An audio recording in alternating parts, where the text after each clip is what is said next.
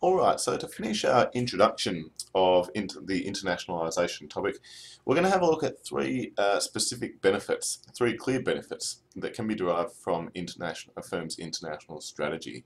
The first, if you move overseas or expand overseas, is clearly the increased market size, especially if you are a firm in a relatively small market like Australia.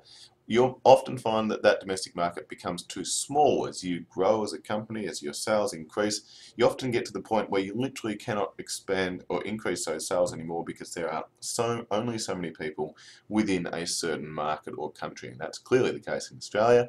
And so if that becomes a problem for you and you want to still further increase your sales, the only really option for you is to expand overseas. And what we often find is this then facilitates efficient scale manufacturing facilities, and we'll talk a bit about that in a bit more detail in a tick.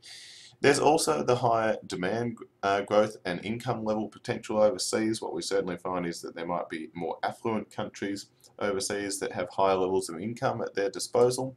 There might just be more people overseas, which obviously means that there's potentially more sales over there. And these larger markets in particular will often offer higher potential returns and therefore pose less risk. If you think about it, if you're offering your products only in a very small market, even if your sales are going well today, if they drop off, then it won't take much for you to have a significant drop in sales. If you are in a much larger market though, then if there is a bit of a decrease, if you lose a few thousand customers, then that's probably not going to have as much of an impact on your overall financial performance.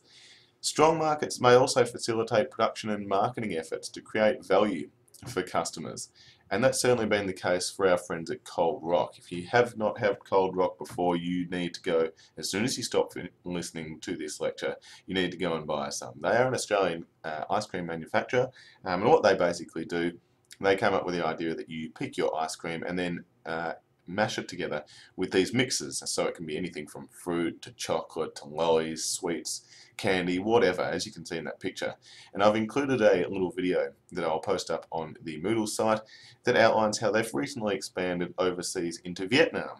And it's for many of the reasons that we've just listed up above, but they've been able to take advantage of many of these benefits, especially relating to increased market size.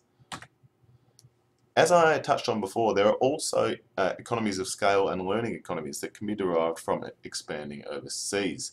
So expanding the size or scope of your markets will often help achieve economies of scale in manufacturing, as well as to do with marketing, R&D, and distribution. If you're not sure what economies of scale are, it basically relates to cost savings that are achieved when you produce whatever it is that your company produces in larger quantities. So if you think about it, if it costs you, it takes or costs you money to operate your factory, your plant, your machinery and so on, and obviously you have to pay the workers, it costs money to produce things.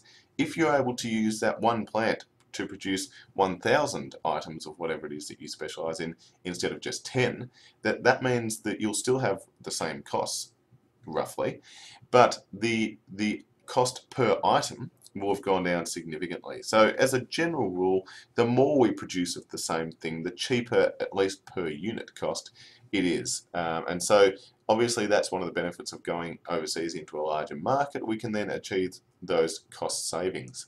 You can exploit core competencies in international markets as well through resource and knowledge sharing between units and network partners across country borders. What we often find is that different countries have different specialties in different areas, and we're going to talk about that a little bit more later in this week's content.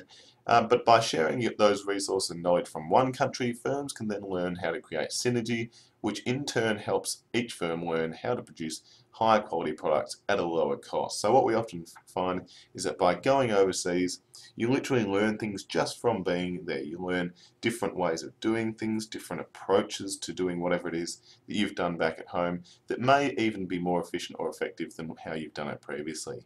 Working in multiple international markets also helps provide firms with new learning opportunities, and this was certainly the case for Cold Rock when they expanded into Vietnam. As we can see here, they very quickly discovered that the broadly speaking, Asian tastes with regards to ice cream products were quite different to what people wanted and expected in Australia. And this is evident by that nice little picture on the right next to the Cold Rock emblem.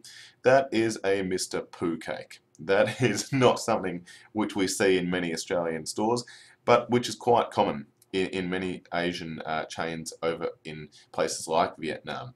And so Cold Rock very quickly realised that even if they didn't offer Mr. Pooh cakes, they had to do something that was a little bit different to how they'd previously done it in Australia. There are also certain location advantages that can be taken advantage of.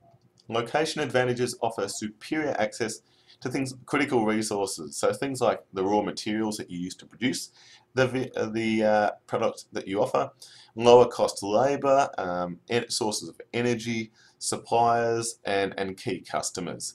And so what we often find is that companies expand overseas to take advantage of these location advantages. So for example, here we have some nice traditional German cars, a BMW and a Mercedes, that are very much linked to things like German reliability and quality. Except they're actually not. Those two cars are still BMW and Mercedes. They are still owned by German companies, but they are produced in South Africa because many of those things like the key suppliers, source of energy, and lower cost labour have basically convinced those two German companies to go and set up facilities overseas so that they can take advantage of them. Another example here we have a nice good old Australian Holden, except it's actually built in South Korea for the exact same reasons that the German companies build some of their cars in South Africa. We can also sometimes see that there are strong cultural matches which facilitates international business transactions.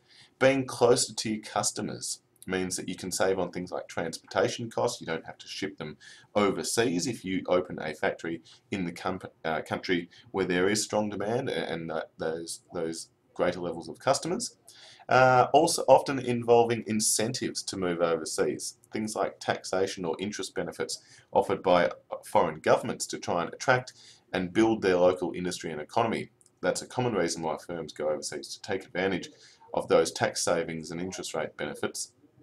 And finally, having access to industry or knowledge spillovers due to geographical clusters of specialised suppliers and firms. An example we have here we have a Toyota Hilux, a good solid Japanese car, except that it's built in Thailand. And the reason why it's built in Thailand is basically all the major manufacturers that offer these commercial vehicles, these utes, like the Toyota Hilux, they build it in Thailand. Partly that's because of low cost labour and access to certain raw materials and suppliers. But once one does it and then another starts moving there and then a third and a fourth, and you start getting this specialised knowledge as to how to build utes in a particular location.